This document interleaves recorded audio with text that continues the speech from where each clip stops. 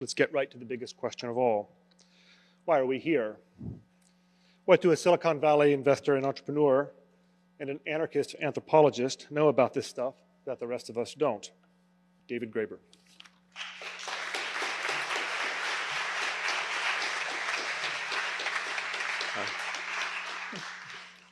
What happened to the second half of the 20th century?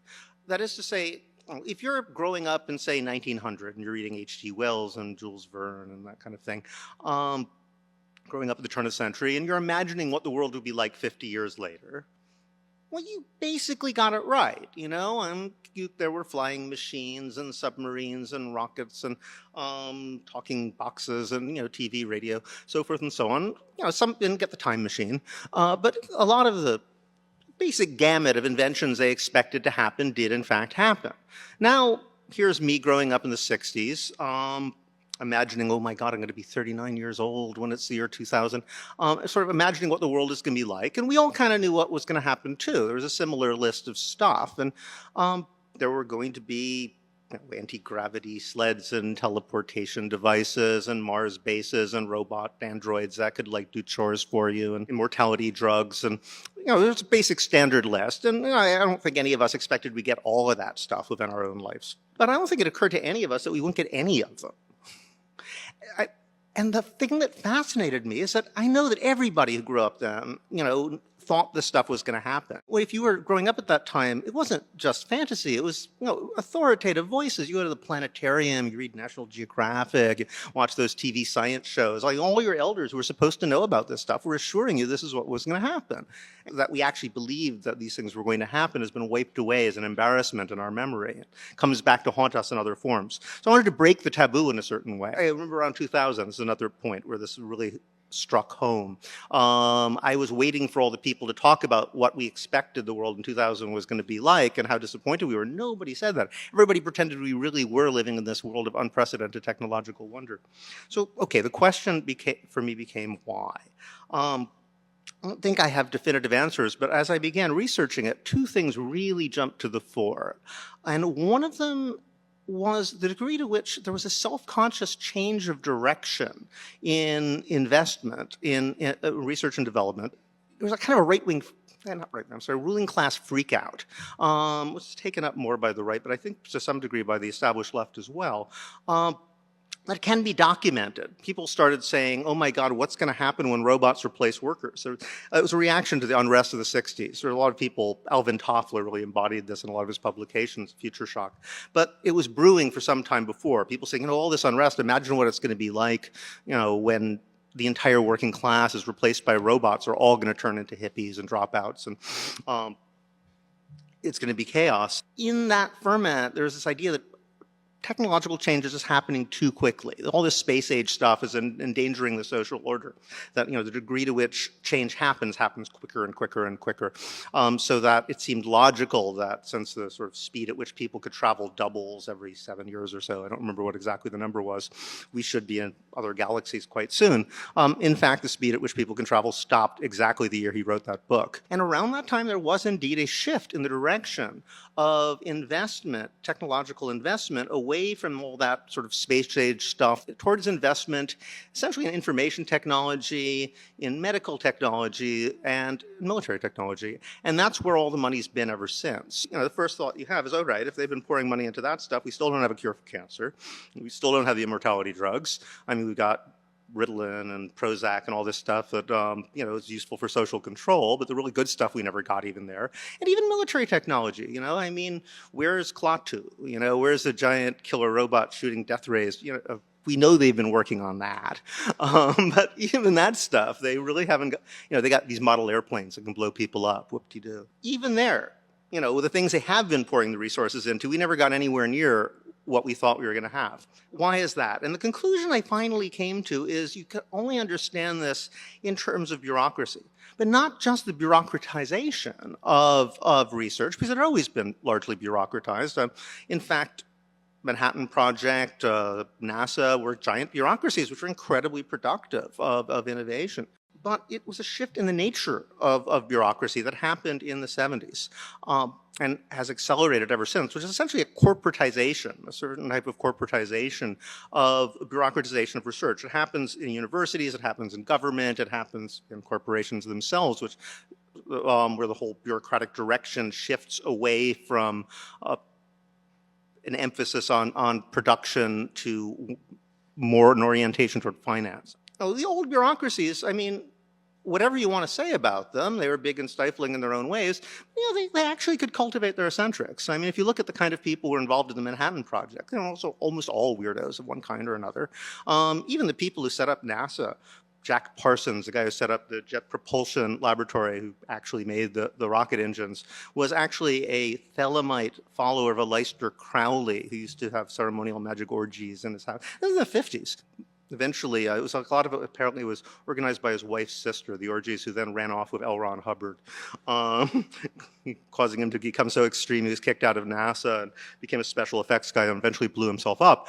But you know, these are the kind of people who set up NASA. You know, you can imagine people like that being employed by government bureaucracies nowadays. I find it hard to picture. Any functional society, almost any society that's ever existed, has something to do with brilliant, imaginative, but extremely impractical people. We don't know what to do with them anymore. We just, like, they're all living in their mother's basements saying weird things on the internet, and you can't tell which are crazy and which actually have something to contribute. You know, you used to put them in academia, but now academia is all about self-marketing. Being in academia, I can see very easily what's happened in my own discipline, where, you know, any kind of new thinking is really discouraged. You know, social theory, you know, basically what we're doing is we're writing these kind of endless annotations on French theory of the 1970s, late 60s or maybe early 80s. I call it the classic rock phenomenon. You know, they're still like doing the intellectual equivalent of listening to Fleetwood Mac and Led Zeppelin and think they're cool. But this kind of endless recycling is typical of disciplines which really seem to be opposed in principle to radically new paradigms and new thinking. If you want to maximize the possibility, and I'll end with this, of unexpected breakthroughs, it's pretty obvious, you know, what the best policy is. You get a bunch of creative people, you give them the resources they need for a certain amount of time, you maybe let them hang out with each other, but basically you leave them alone. And, you know, most of them are going to end up not coming up with anything at all, but a few of them will probably come up with something that'll even surprise themselves. If you want to minimize the possibility of unexpected breakthroughs, take those same people and then tell them they're not going to get any resources at all unless they spend the majority of their time competing with one another to prove to you they already know what they're going to create. Well, that's the system we have, and it's incredibly effective in stifling any possibility of innovation. So I'll leave off at that and see what Peter has to say. Well, there's a disturbing amount I actually agree with David on here. I was careful to wear a suit tonight so that I wouldn't get confused with him, but I'm actually you know, we have a tagline on our website at Founders Fund. They promised us flying cars, and all we got was 140 characters. And it's sort of, and I do think we've had this tale of two tracks in technology in the last 40 years, where there has been very rapid progress in computers, internet, the world of bits, and there's been much more limited progress in the world of atoms, flying cars, transportation, new forms of energy, new medicines, all kinds of other things that would be very transformative for our society. So strong agreement that there's something about technology that has been relatively stagnant for the last 40 years. And, I also actually agree with David, and this is harder to prove, but that there's sort of a sense of contingency that this didn't have to be this way. You know, people say that you know, so the most common explanation that's given is that this was a law of nature. Sort of the easiest things were discovered first, and then it became harder to discover new things. The low-hanging fruit was picked, and I think the truth is more like the fruit was never low-hanging. It was always of intermediate height, and there were various ways in which people reached for it and were able to get it, and somehow that's not happening as much anymore. And so I think things could have been quite different. And when I talk to various people in various tech and science areas, I always do get the sense that a lot more could be done. You know, we declared war on cancer in 1970. We thought we were going to win by the bicentennial by 1976. You know, and I think we could have made way more progress in the 44 years than we have made. You know, 1 out of 3 people at age 85 has dementia. And we're not even thinking of declaring a war on Alzheimer's, which again is sort of an indication of how much lower our expectations for the future have been dialed down. Why did this happen? You know, we could spend all evening debating that, and then we could get a pizza and go in the park and spend a few more months debating it. And I suspect we wouldn't actually figure out why this happened. And I want to suggest that a more important question to ask is really what should be done now. And you know, one of the in the brochure.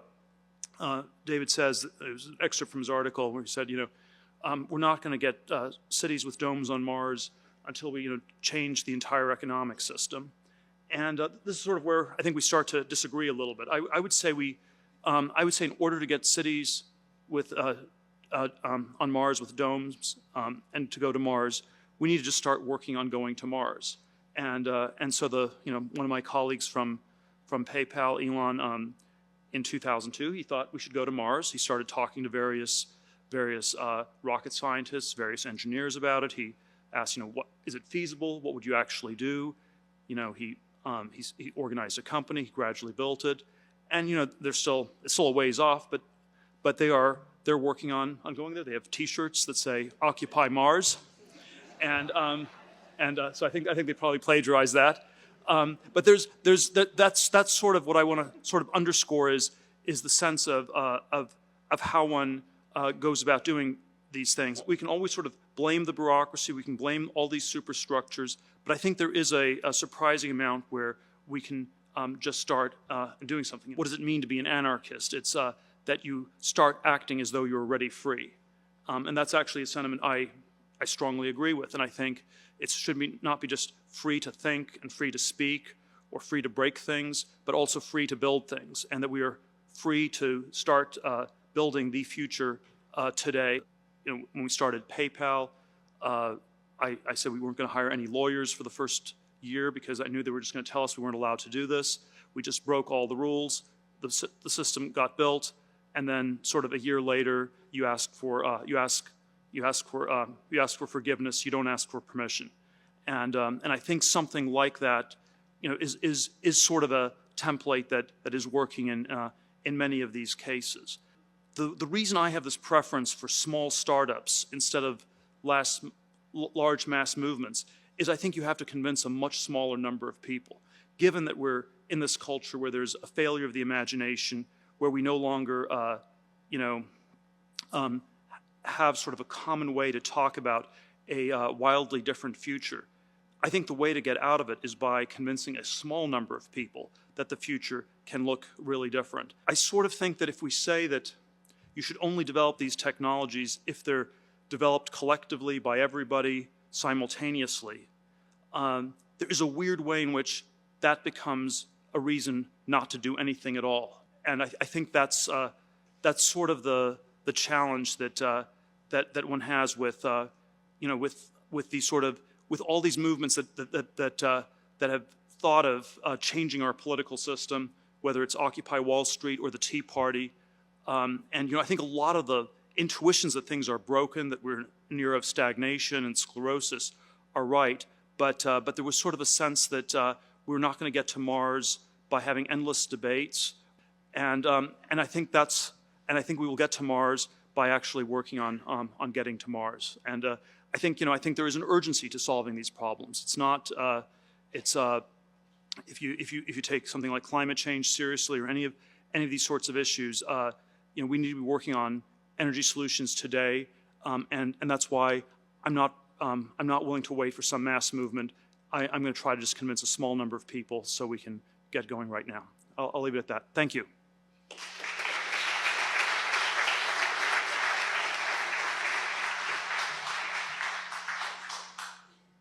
Peter's suggestion that one could have or should want a cultural revolution without a social revolution to accompany it. Is that a fair description of his 10 minutes, his 15 minutes? Well, in a way, what I thought was charming about the book is there is a call for a cultural revolution or reimagining. But I think that you're quite right in, well, again, let's look at overlap first. I think you're quite right in saying that you don't need to change people's minds first at a large, I would go further. I'd say that you change people's minds by doing something. I mean, what we found in our efforts at direct democracy, for example, was that you're not going to be able to convince people that a democratic society would be possible. You sit there and argue, you could argue for days, you're not going to get anywhere. One reason for that is that people's everyday experience is sort of organized in such a way as to convince them that it isn't. I mean, almost nobody has any experience sitting down with any large number of people and coming to a collective decision in an egalitarian way. And so you have to do it. You just have to bring them into a situation where people do this sort of thing, and suddenly you watch 1,000 people make a decision together about a leadership structure, and it kind of works. And if you have the right process and organization going, and suddenly people say, "Wait a minute, well, I'd always assumed that was impossible. I never really thought about it. But what other impossible things might actually be possible too?" Your analysis in your book about startups being about the right size, about sort of division of labor within them, there's actually a lot of overlap. Anarchists think about affinity groups. You need to have a relatively small group. It's around the same size. You need to have informal division of labor which emphasizes complementarity. I mean, we're more into rotation and other techniques to make sure that permanent leadership structures don't arise. But in most essentials, it's quite similar. And partly, too, because we actually have to do stuff, and that's the system that has tended to work over time. I think that the real question has more to do with the larger structure. I mean, is it possible within a larger structure that seems to me to be to some degree designed to make sure that either it doesn't or that the sort of thing happens to a very limited degree? And this is one of the reasons why, actually, I think it's not something we can ignore entirely. I think the shift that happened in the 70s towards sort of within the way capitalism itself worked was away from profits largely coming from production or even commerce at all, but through finance. And finance in practice largely means other people's debts. It means various ways of rent extraction. And I like your analysis in the book. I think this is quite right, that capitalism and the market are not the same thing. That when you have pure market situations, that does tend to stifle innovation. It's not the purely desirable thing that economists say. You can't really have systematic profits under pure competition. I think I agree with that. And that in a situation where you don't have rapid technological advance, that the alternative monopolies will tend to be forms of rent extraction. And what you're trying to do is to talk about forms of monopolies that wouldn't be forms of rent extraction because they're actually based on making the pie larger. So far, so good. The question that I have is really one of cause and effect. At the moment, what we have is a large number of monopolies that are in the business of rent extraction more than anything else. And there's certainly the most powerful corporations or financial institutions. That's basically what they do. Well, the question is this overall culture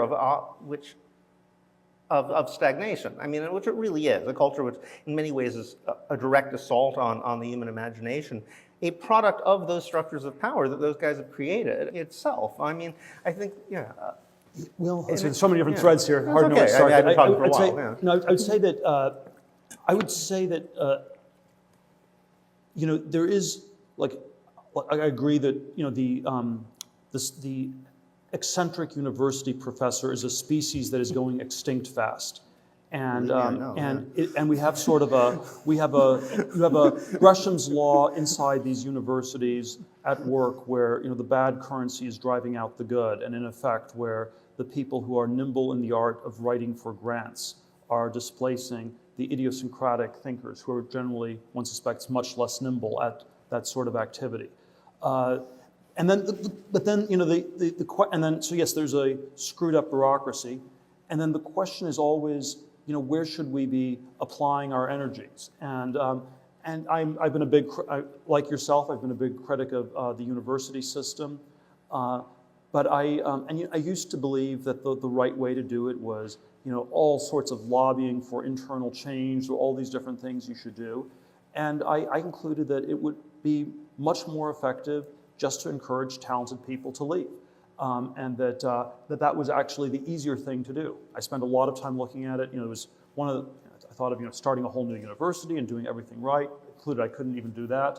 I looked at people, the last 100 years, people have generally had a bad history of trying to do this. And so I thought, it was actually better just to get people to leave. And I think this is the issue. And I'd say, yes, there are problems with all kinds of structures in our society. They probably are causing some problems, but it's not where I want to put the focus of what to change. Yes, some of these structures exist and they slow us down in different ways, but we should just start acting as though we were already free. And I think there are some things you absolutely can't do. You probably can't get a tenured position at Yale. I couldn't get a tenured position at Yale. But there are lots of other things we can do. And instead of sort of beating our head against brick walls, we should try to go down the various paths that are actually still available. Again, speaking from a perspective of anti-authoritarian movements, this is always a big debate. To what degree can you work inside existing institutions? To what degree do you just say the hell of it and create things on the side? Or to what degree do you try to create things on the side, within the nooks and crannies of the existing institutions where they're not looking, because most of us aren't in possession of $1 billion or $2. So you kind of have to do that. The central question is, what are most people going to do?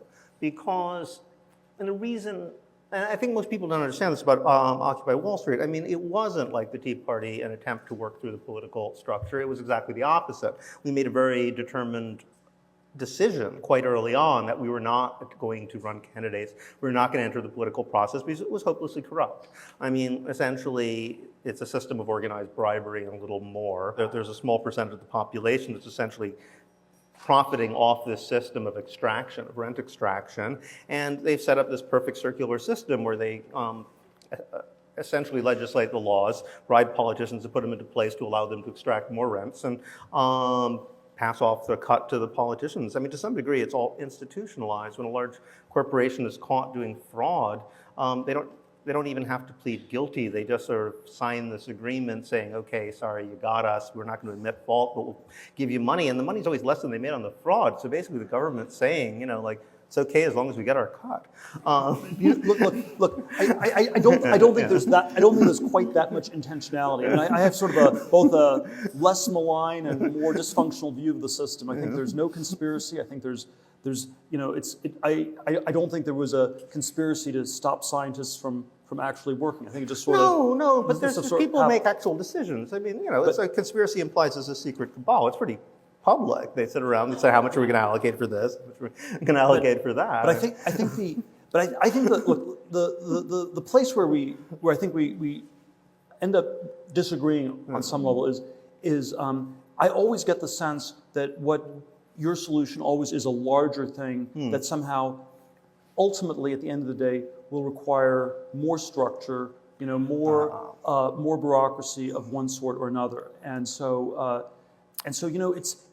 we're living in an advanced technological society, and so direct democracy does not actually work as a way to think about things in our society. It's too complicated. You can't vote on everything. We have a plebiscite system that you have in California is widely seen as not having worked terribly well. Yeah, no, we're not for that. Yeah. And probably the parts that work the best are actually the parts that are the least democratic. They're sort of there's sort of specific government agencies where people are well trained on like securities law or some esoteric area, and it's not very accountable. It's not very democratic. But that's sort of what you have to do in a complex technological society, and I think that's what's always being underestimated, either by Occupy Wall Street or the Tea Party. Okay. Our society is too complex for everyone to get to vote on everything. Right. Well, I mean, we're not actually for everybody plebiscite systems. Plebiscite systems tend to be actually very undemocratic in effect, and there's a reason why dictators, for example, actually love plebiscites. We're talking about very much more complicated fundamental structural reforms and how things happen, which involve decentralization. This is something that people don't mostly understand. One of the things about anarchist models that makes them so effective is that you decentralize everything you possibly can and put it down to individual initiative. So let me concede that there are things about that I would like politically, but I want to go back to the technology question. Right. Could you do the Manhattan Project? Could you do Apollo? Could you get someone to the moon in a radically decentralized, chaotic system, or do you need coordination and planning? Decentralized. Yes, you do need coordination and planning. Frankly, I don't think that creating very large-scale but fundamentally democratic structures historically is that hard. I think it's really hard to create tiny structures that are democratic. You know, you can get very large structures that work that way and coordinate things. What you don't get so much are egalitarian families, you know, small-scale structures. That's what's actually much, much trickier. I think that there's a lot of things that would have to be organized very, very differently. And I understand also that you want to do some things now. And I want to emphasize here very strongly that I totally agree on that. I mean, you know, if you can come up with an immortality drug, great, go ahead, do it. A dictator of a small company, if I'm doing that. Yeah, I know. I mean, I'm totally rooting for you here. If you can go to Mars, I'm not aware of any sort of tech startup research project that was organized in this radically democratic way that really worked. You know, I think the things that work are shockingly hierarchical in these things. They because they require leadership, they require coordination. You know, we should be free to join other ones, and so it's good if they're small and they don't encompass our whole society. But I really don't think you know, a startup is not. It's never. And it's really far from a democracy. People don't get to vote on things. And there've been a lot of experiments with this in Silicon Valley, where people have tried to start companies where they've been completely transparent. Normally, it breaks down when they're transparent on how much everybody gets paid. It's like at about 50 people start killing each other over those sorts of things. And certainly, if you try to actually make it participatory on everything, you end up with internal debate, and you don't actually get anything done. That's, you know, and I think a lot of people would actually like to build companies like that. Part of the problem is we grow up being told we're in a democratic society, but you know, none of us have any experience. There's plenty of places in the world where people are sort of trained from the ground up on how to do this, and it becomes much easier. So I don't think it's absolutely impossible to create these things. But I also think, and this is a problem I think both of us have, is that, you know, it remains true that the government is the major source of most basic research. I think at the moment, I just looked it up actually before coming here, it's 56% of basic research is government funding, but only 16% is corporate. The rest of it is universities and nonprofits. So, you know, if you put the universities and nonprofits together, well, you know, not profit-oriented institutions other than government are still doing almost twice as much basic research even than corporations are at this point. So it's, the startup is a nice model for certain things. There's some amazing things that have been done, but I don't think we have to assume that's the only possible model for where the breakthroughs are going to come from, because historically it hasn't been. Yeah, no, I'm not saying it's the only way to do things.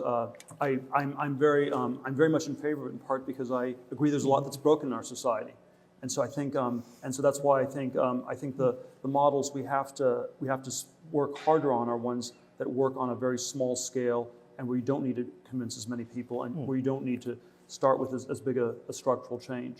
But yes, I mean, there are all sorts of things that I could imagine different ways they could work. I cannot imagine a straightforward way of changing these systems from within, and very hard to see how they change from without. And that's why you know, it's like, how do we get to Mars? You know, do we change the NASA administration funding thing? Really hard to do, but maybe you can start a company and gradually do something like that. Yeah, in the case of Mars, there's also a question of determination. I mean, NASA did pretty well to get to the moon. I mean, they did it surprisingly quickly considering what they had at the time. So there's nothing inherently faulty in the model. It's just there doesn't seem to be the political will. And we have to ask why that is. And we probably have somewhat different but overlapping explanations of that. All right, I agree. It would be great to have somebody working on these kind of breakthroughs, and I totally applaud the fact that people are doing it. It's also the case that I want to see a society where everybody can. And I often say that the one thing that's not a scarce resource in the world is imaginative people with possible solutions to intractable problems. There's probably nobody in the entire world that doesn't have some idea that we would never have thought of, and we're both pretty smart guys. And the problem is that the overwhelming majority of those people go around every day being told to shut up. How do you unleash that? I mean, that's my basic question, and that's why I'm interested in these broader political questions, because if one could unleash that creativity really, then I think a lot of the things we think of as problems will fall, these supposed dead ends of technological, social thinking that we've hit, would seem ridiculous. I mean, there's people out there could probably come up with cold fusion. There's people out there that could probably come up with almost anything you could imagine. Right now, they're sitting around trying to pay off their father's debt on the rice plantation and spending all their time in a shoe factory. Which is on low tech because it's more profitable to run it that way. And that's what I'm concerned of. How do we get those guys in on the game? Well, look, I think there are all these structural things, but I think people, I do think there's always a sort of failure of the imagination. I was on a super tracked career. I was, went to it was law school. I worked at a law firm in Manhattan for 7 months and 3 days, and then when I left, people down the hall, and it was really weird psychosocial dynamic where on the outside everybody wanted to go in and on the inside everybody wanted to leave. And people down the hall told me that it was good to see that someone could escape from Alcatraz. And it was, actually all you had to do was go out the front door. And I know you'll say, well, it's harder for all sorts of different reasons, but actually no, all you had to do was go out the front door. And so I do want to always push back a little bit on how powerless, people really are. And I'm annoyed by that people are not more creative, that they're not doing more in all sorts of contexts. But I think there are actually a lot of ways to do things, and that's surely that's where we have to start. Since you're not going to start by we're not going to start by changing the bureaucracy at NASA or at Yale University or anything like that. Well, it's been very polite. Thank you. I mean, I actually respect the yes, I do want to see immortality drugs. It's well, let's invest in that. Great. I want to live forever. Is there any ways in which your respective positions are working against each other? Oh yeah. Do you have political objectives that are separate from the utopian political or the utopian technological universe that you'd like to see? I don't believe that these political institutions can be changed. I don't think this is what one should do. I used to believe this a great deal. If you held a gun to my head and said, what are your political views on things, I'd say that I'm sort of libertarian and this is socially more liberal, fiscally more conservative or something like that. But temperamentally, I would describe myself much more as a political atheist. I do not believe that the existing political order is divinely ordained or sacred or special, and I don't believe there's any other order that could replace it that would deserve that sort of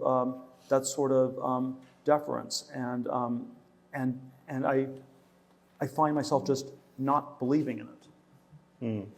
Right. I mean, which is why it's funny that we're seeing this as a debate, because I've been part of a movement whose basic premise was we are not going to work through the political system. I mean, one thing I find in some of this stuff I've been doing economically about money and different ways of thinking about money, moving past the sort of dead-end neoliberal discourse about currency, is that the political class is just useless. There's no point in talking to those guys. They're basically bought and sold. They're totally locked into a certain logic, whereas even the technocrats, the guys who are kind of running the system, they know the thing is broken, and they've got to actually put in place these policies these idiots come up with.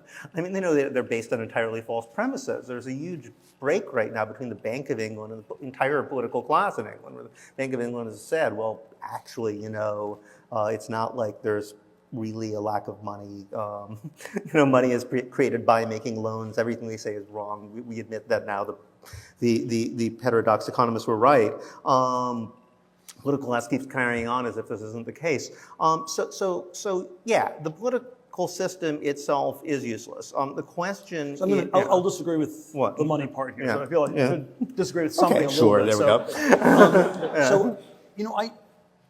We can have all sorts of debates about distribution or about things like this, but I actually do think that that there is such a thing as an economy, that there is such a thing as scarcity, that there's not enough necessarily to go around, and that therefore you have this very complicated way of allocating things. And even though it is true that we can, in theory, print infinite amounts of money, that's not a way of solving the problem of scarcity. And I think actually by shifting the problem to the level of money, you're making the same kind of shift from atoms to bits that you questioned earlier on, where I think of money as the perfect virtual good, but what it stands for are always real goods, and so when you print more money, you don't actually change the underlying nature of the real goods, and I think that's something that I'd be much more focused on. The reason I think the technological stagnation is a problem is because of this problem of scarcity, and I think we need to, you have 7 billion people in the world, 6 billion people live in emerging market nations, and if they're going to have living standards anything like the ones that people in the developed world enjoy, you need all sorts of new technologies to enable that to happen. And the reality is that we have a certain amount of scarcity. Economics was the science of how to economize, in some ways, and I think in some ways we shouldn't turn it into the science of how not to economize. Oh, I'm not saying that people should just print money. I'm actually saying we should acknowledge how money actually works, which is just not the way the politicians say. This is a long conversation, but I think that what we can say is that there are certain types of economic policy which would unleash popular creativity, which is the other factor, because money isn't just measuring the value of stuff. It's also measuring the value of human actions, and it's also a promise of future creativity. And that's the thing. What are the forms of money creation or economics in general that will do that? Again, going back to the question of all those people with the ideas who basically are told to shut up all the time. Some people often criticize me, for example, for sometimes putting in a good word for basic income, which is actually something that there are certain elements of the left and the right can support. I think of it as partly as an anti-bureaucratic thing, that actually reduce the size of government and not have all these bureaucrats looking over everybody's shoulder, telling them, making them feel bad about themselves all the time. If you simply gave people a basic income support, it would mean that you're trusting them to decide how they want to contribute to society.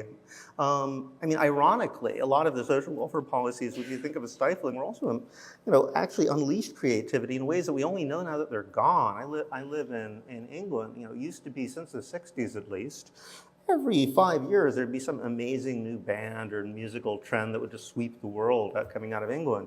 And that's all kind of stopped since Tony Blair, really. And I asked people there, well, what happened, And everybody says the same thing. They got rid of the dole. All those guys were on unemployment. And they were squatting too, so they got rid of squatting. It used to be there'd be free housing, and you'd have a base. It wouldn't be much, but you'd have enough money that you could get your friends together with a guitar, and maybe 1 out of 1,000 of them was John Lennon, but that's enough, And now John Lennon is lifting boxes in some department store as welfare conditionality. We're never going to hear the new trend. So I just think that that techniques which just leave it up to people on the broad scale to innovate in their own ways would actually be much more effective in creating the conditions where all these things both of us want to see would happen. And that's why I'm interested in those broader questions, because at the moment, I think the system we have is very much about tying people down. I mean, again, the debt situation, this is not something that just happened. This happened because of very calculated decisions. And you could see it very much, again, in the UK, where they did an tuition reform where they said, okay, let's just raise tuition across the country and give everybody student loans and then we'll be in debt. I mean, it's completely self-conscious. You know, this is not just something that just happens somehow. But the point of that is to make sure that people start thinking of education not as a sort of exploring whatever they think might be interested in deciding for themselves where they can put their creativity, but rather, you know, do something which people who want to hire them in the relative immediate future will definitely want now. So again, look, I think the student debt is a huge problem. You know, certainly I would ascribe a lot of the problem to the runaway cost structures universities have. So it's so that's as much a problem as it is in America. The interest compounding.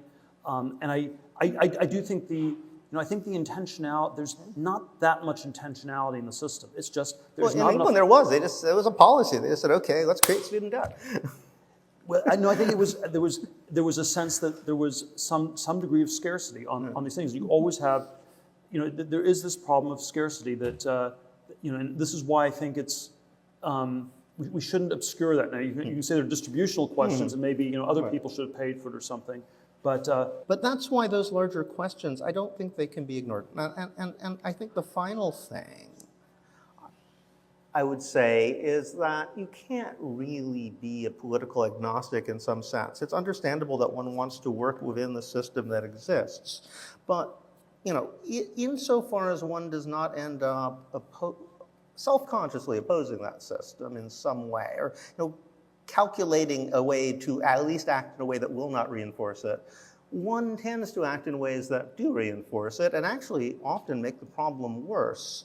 I mean, you know, what we have, it seems to me, since the 70s, and this has corresponded to this technological stagnation, has been an increasing emphasis on the fusion of government power and financial power in the system of rent extraction. And again, maybe nobody sat down and planned it, although you know they certainly talk things out with each other at the G8s and so forth. And there is a degree of self-conscious, at least guidance of the direction of the whole thing.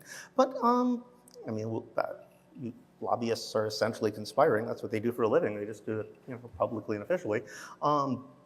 That has sort of locked in a structure which is inherently inimical to innovation.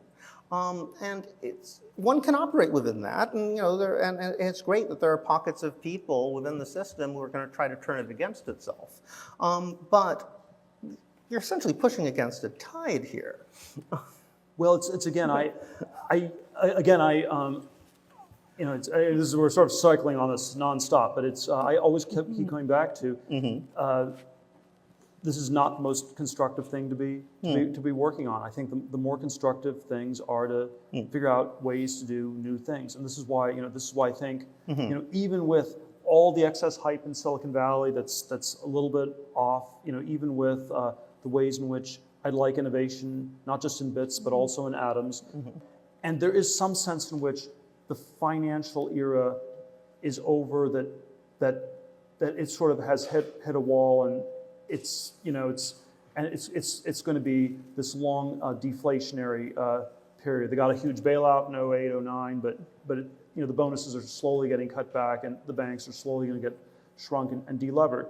I think at this point it has shifted to Silicon Valley in a very powerful way.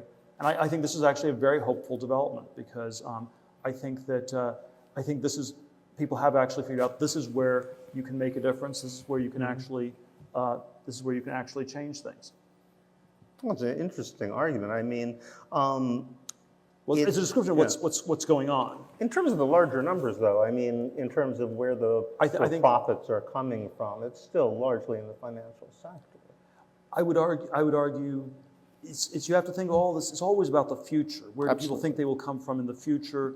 Where do people think careers will be made in the future? Where do they think they will have an opportunity to impact the world in the future. And there is a way in which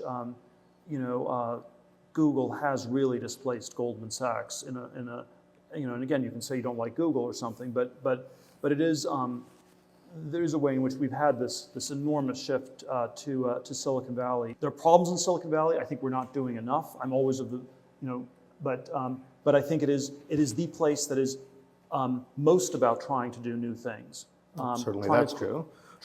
That is most about trying to create new forms in our society, and so that is a very hopeful trend. Well, I guess the question, I mean, and you wanted something adversarial, so I'll throw this out. I guess the question is got to be, is Silicon Valley actually posing an alternative to that larger structure where you have a fusion of financial and sort of security? No, not really. But I don't think. But I would argue that's again, this is my political atheism, or maybe it's just I'm secretly working on behalf of the regime here, or something like this. But that is. But I think the way that you the thought is we're not going to change the structures. We're not going to change those things, and we will work on these on other things. You have companies like Airbnb, and sort of they're changing some of the urban regulations. Things like this do shift, and the education system is going to probably shift at some point with online courses, and so a lot of these things look like they're too small initially, but I do think they can grow into things that will really change our society. And this is always why as a libertarian I find myself working in technology rather than politics, because in politics, I find you have to convince too many people, and I can never convince enough people to agree with me. It's too hard. We'll see about that tonight. But you said you're maybe secretly working for the regime, but can you speak about Palantir? Yeah, that's where I was going. It's really not so secret. It's not really very secret, is it? I mean, you're working with CIA and the and correct me if I'm wrong, but the U.S. Army and on J.P. Morgan Chase. J.P. Morgan, and your political agnosticism hasn't prevented you from.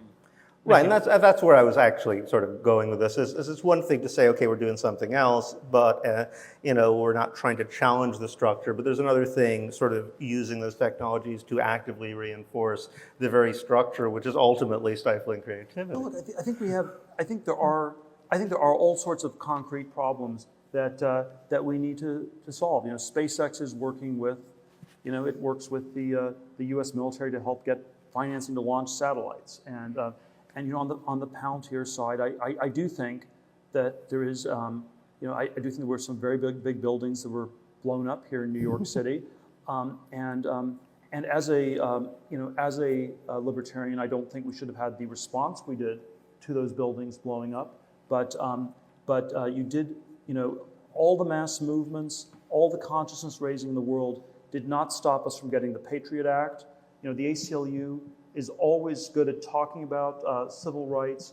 Once something bad happens, you never get, the protections go out the window right away. And so I actually do think that there's something to be said for trying to figure out some ways to stop another attack, which will be used to curtail civil liberties a lot more. A company like PayPal could not get started in the post-Patriot Act world because we would have been accused of money laundering in 99 to 2000. And so I do think the fact there was no technology to stop terrorism in 2001 is what has led to a far less libertarian world. Another reason. Yeah, that's my understanding of it. Right. I mean, another reason why 2001 happened is because all the intelligence resources were being brought to bear disproportionately on people like me, and my friends, rather than the guys who are actually going to blow something up.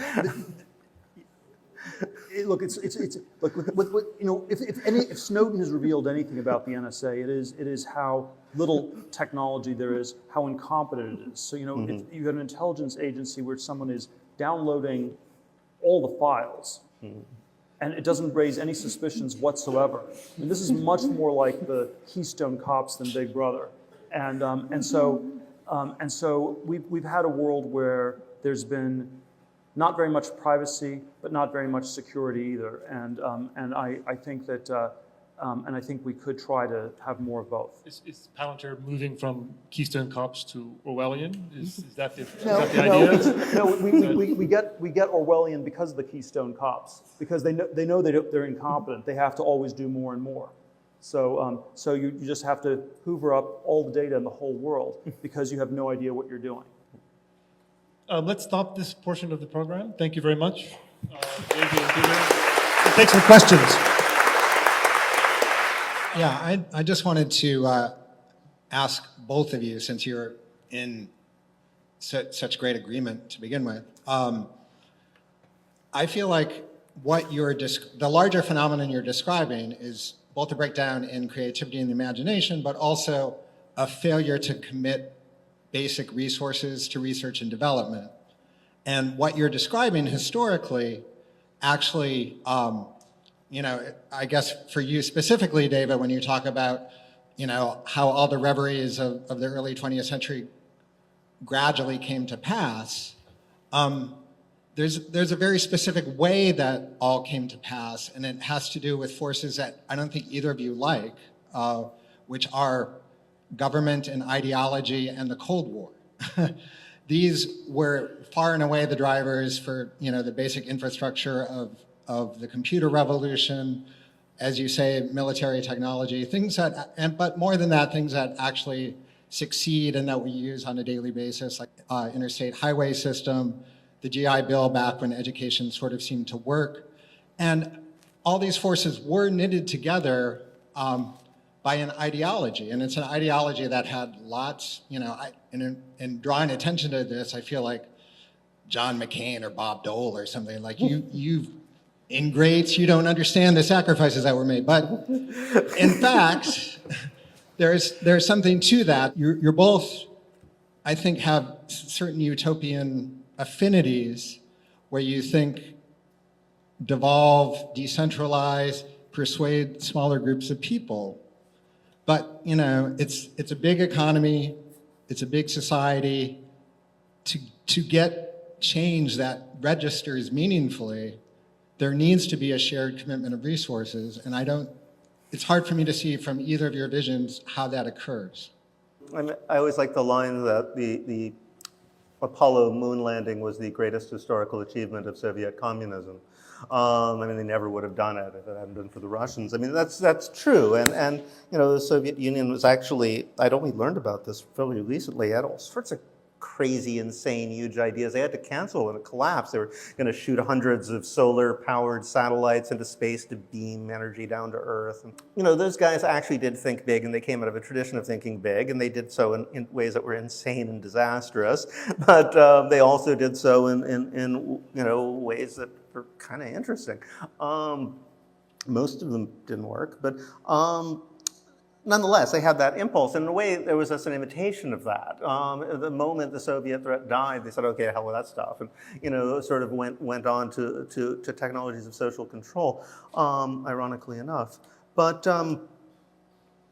nonetheless, I think that the answer to the question is, I am not actually saying that small anarchist affinity groups are the only, organization that could possibly work. I don't believe in national purpose because I don't really believe in nations. I don't think nation states are a particularly good unit of organization for doing large projects, but I'm not against large projects. Some things like a space program is going to have to be done on a really big scale by a bunch of people who are united by a vision. What I look forward to is a social order where people are sufficiently are sufficiently secure in their basic needs that they can sort of affiliate with each other around those things which they think are of larger value, And those things could be anything from, the fact that they're like chess obsessives to like some religion to the fact that they want to go to Mars. And I think there's a sufficient number of people on Earth who would, if given that like life security, organize themselves together because they want to go to Mars, and they could like wrangle enough resources to do it. But I mean, it's that principle of freedom. But you have to guarantee that people aren't debt slaves, and they aren't running around desperately trying to like survive before you're going to be, they're going to be free to form those voluntary associations on that scale to do that kind of thing. Just again, there's always this question: how much is these structures? How much is all these things in our society? So I think there's like this interesting question's been raised, like what went wrong in the 70s? Since we both agree this is the decade when things seemed to break. So I'll give a non-structural explanation for what went wrong in the 1970s. The U.S. ran out of oil. So it's, the early warning sign was in 1970 when the Texas Railroad Commission, which was able to set global oil prices by giving quotas on how much oil people can ship on Texas railroads. It was the OPEC of the 50s and 60s. It was 1971, it announced there was no quota anymore. And then within 2 years, you had an oil shock. And then we had all kinds of crazy financial manipulations, and we had a series of oil shocks in the 70s. And the basic non-structural explanation, if I had to give a single causal one, would be we haven't recovered from the oil shocks of the 70s, and there was a way in which a cornucopian economy in which there were one of the most fundamental resources, namely energy, was unlimited in the 50s and 60s, all of a sudden became limited, and that changed all these dynamics in really powerful ways. But taking the technology question, I mean, why didn't we come up with something else? I mean, well, but nothing actually changed structurally. It was just right. It was just you had this shock, and we should have worked on it harder. We should still be working on it harder. And you have questions why that didn't happen. But, because I mean, like, it's as an explanation for what went wrong in the 70s. I mean, is the question that we ran out of oil, or that for the first time when we started running out of something, we no longer had the structures that could create an innovation that would create an alternative to it quickly enough? Certainly, again, my cut on this would be that you'd have very important questions why nuclear power got shut down in the 70s at the same time, which I think was much more something the left shut down than the right. And this was seen as the default post-carbon fuel. Maybe it was too dangerous. Maybe it was always weaponizable. Tell people in Japan, yeah. Well, if you believe climate change is the most serious problem in the world, that what happened in Japan seems like not that big a deal relative to the consequences that people tell us will happen from climate change. So I always do think. And of course, one of the reasons it happened in Japan was we haven't modernized the plants in 50 or 60 years. Every advance in technology has also proven a weapon against you. Every single one, from stem cells, atomic energy, the immune system, it's already projected to be weaponized. So that's a natural dialectic in all this wonderful invention. It isn't just a systems analysis. And the other problem, which was discovered fairly recently, but also has its long history, but also did that retardation thing that you seem to think is only a systems problem. We discovered that every time we create more technology, we create a pollution stream that actually becomes its own negative force.